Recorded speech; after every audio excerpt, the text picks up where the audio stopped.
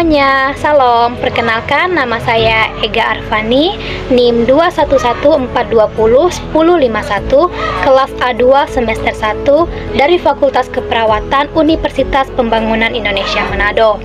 Tujuan video saya kali ini yaitu untuk memenuhi tugas mata kuliah agama dosen pengajar Pendeta Stanley Sela, STH, MTH. Nah, saya di sini akan menjelaskan sedikit tentang cloning dan bayi tabung. Langsung saja kita masuk ke dalam. Kita akan menjelas tentang cloning dan bayi tabung. Satu, pengertian cloning. Cloning adalah proses penghasilan individu-individu dari jenis yang sama atau populasi yang identik secara genetik. Cloning merupakan proses reproduksi aseksual yang biasa terjadi dialami oleh banyak bakteri, serangga, atau tumbuhan.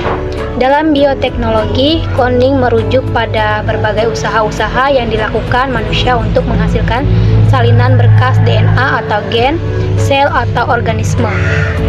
Kata ini diturunkan dari kata clone atau clone dalam bahasa Inggris yang juga dibentuk dari kata bahasa Yunani atau klonos yang berarti cabang atau ranting, merujuk pada penggunaan pertama dalam bidang hortikultural sebagai bahan tanaman dalam berbanyaknya vegetatif. Dan yang kedua, bayi tabung. Bayi tabung adalah individu atau bayi yang pembuahannya terjadi di luar tubuh wanita dengan cara mempertahankan sel gamete atau gamet betina atau ovum dengan sel jantan. Spermatozoa dalam sebuah bejana atau petri dish yang di dalam bejana telah disediakan medium yang cocok, suhunya dan lembabnya dengan di dalam rahim 6 sehingga aigoye atau hasil pembuahan yang terjadi dari dua sel tadi menjadi murva, melbei, dan kemudian menjadi blastuta atau pelembungan. Pada stadium blastuta, calon bayi dimasukkan atau diinflastasikan dalam selaput lendir wanita yang siap untuk dibuahi masa subur atau sekresi. Teknik ini biasa dikenal dengan fertilisasi in vitro atau FIV. Cara pembuatan cloning dan bayi tabung. Yang pertama, cloning. Prinsip kerja cloning adalah menyalin materi genetik DNA dari suatu individu dan memasukkannya ke dalam suatu embrio untuk menggantikan materi genetik embrio tersebut. Hasilnya, setelah tumbuh, embrio akan menghasilkan individu baru dengan materi genetik yang sama persis dengan individu yang dikloning. Dan yang kedua adalah bayi tabung. Yang pertama, seleksi pasien. Untuk mengikuti program ini yang dilihat adalah banyak hal, mulai dari kelayakan fisik maupun mental. Jika dianggap layak, baru bisa masuk dan mengikuti program bayi tabung. Dan yang kedua, stimulasi. Stimulasi ovarium dilakukan dengan menyuntikkan obat kesuburan pada tubuh moms. Berapa banyak suntikan dan berapa lama akan tergantung dari aturan pengobatan dokter. Dan yang ketiga, pemantauan pertumbuhan folikel atau cairan berisi sel telur di indung telur.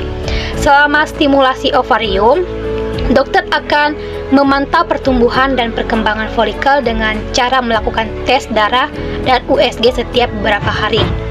Dan yang keempat, mematangkan sel telur. Langkah ini dilakukan dengan menyuntikkan hormon agar siap dipanen. Suntikannya cuma 1 kali dan harus dilakukan pada waktu yang tepat. Dan yang kelima, pengambilan sel telur. Pengambilan telur dilakukan sekitar 34-36 jam. Setelah suntikan HCG, proses ini akan melibatkan anestesis USG transvaginal dilakukan untuk memandu dokter dalam pengambilan telur. Dan yang keenam, pengambilan sperma.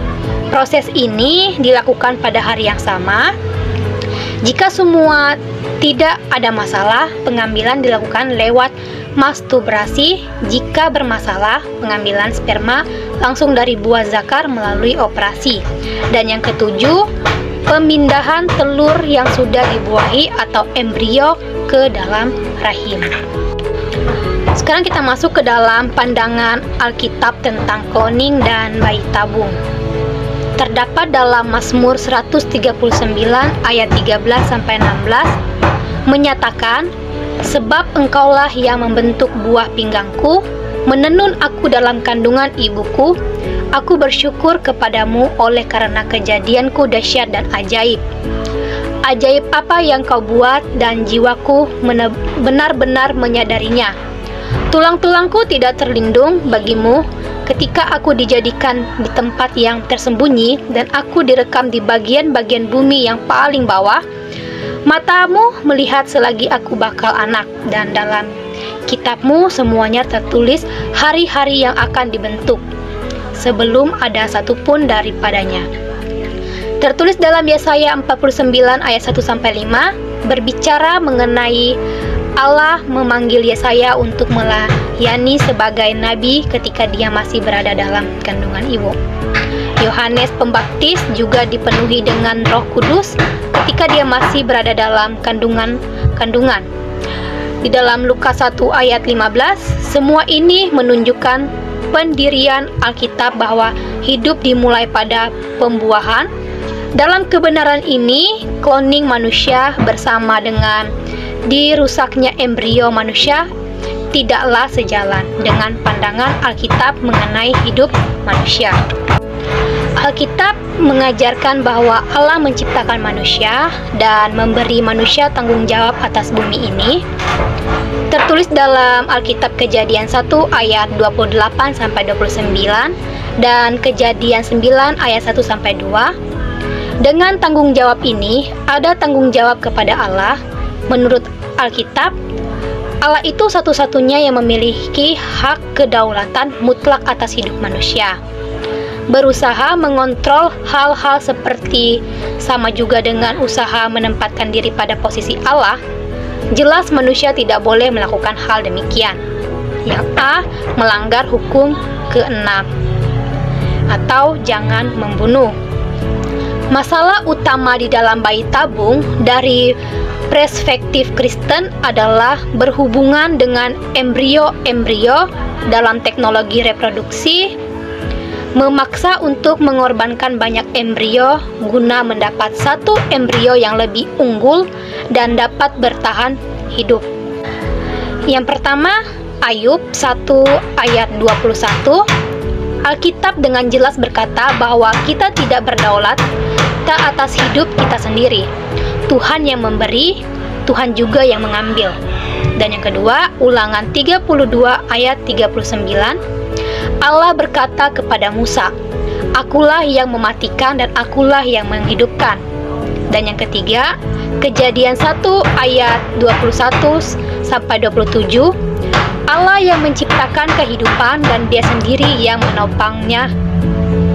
Dalam Kisah Para Rasul 17 ayat 28. Dan yang keempat, Kejadian 9 ayat 6, Keluaran 20 ayat 13, karena kita tidak mempunyai hak untuk mengambil hidup yang tidak bersalah. Mungkin ini saja yang dapat saya sampaikan. Jika ada kata-kata atau bahasa yang tidak dimengerti, saya mohon maaf. Dan di akhir video saya mengajak saudara-saudara untuk bergabung ke Universitas Pembangunan Indonesia Manado atau UNPI. Dan di akhir video saya akan melihatkan sebuah lingkungan Universitas Pembangunan Indonesia Manado. Jangan lupa disimak ya.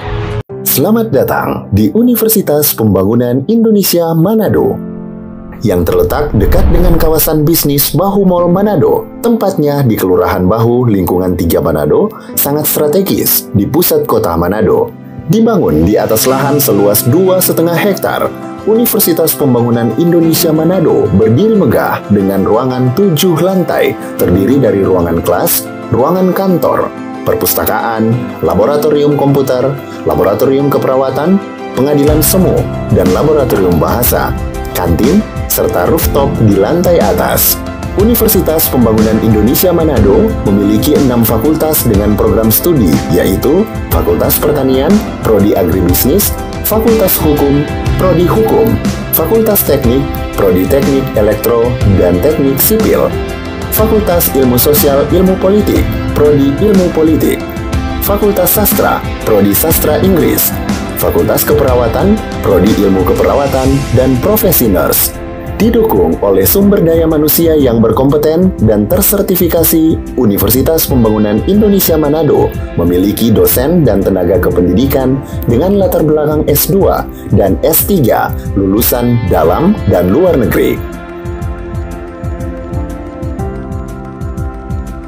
Proses belajar mengajar dilaksanakan dengan teknologi informasi merujuk perkembangan dunia modern saat ini, dilakukan dengan sistem e-learning dan sistem ujian online atau ULAIN.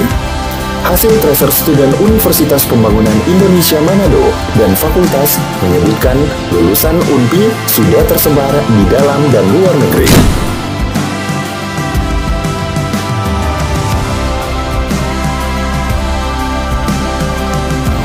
Selamat bergabung putra-putri terbaik bangsa. Kembangkan dirimu, raih cita-citamu setinggi bintang di langit. Kami siap menghasilkan generasi terbaik dan pemimpin di masa depan.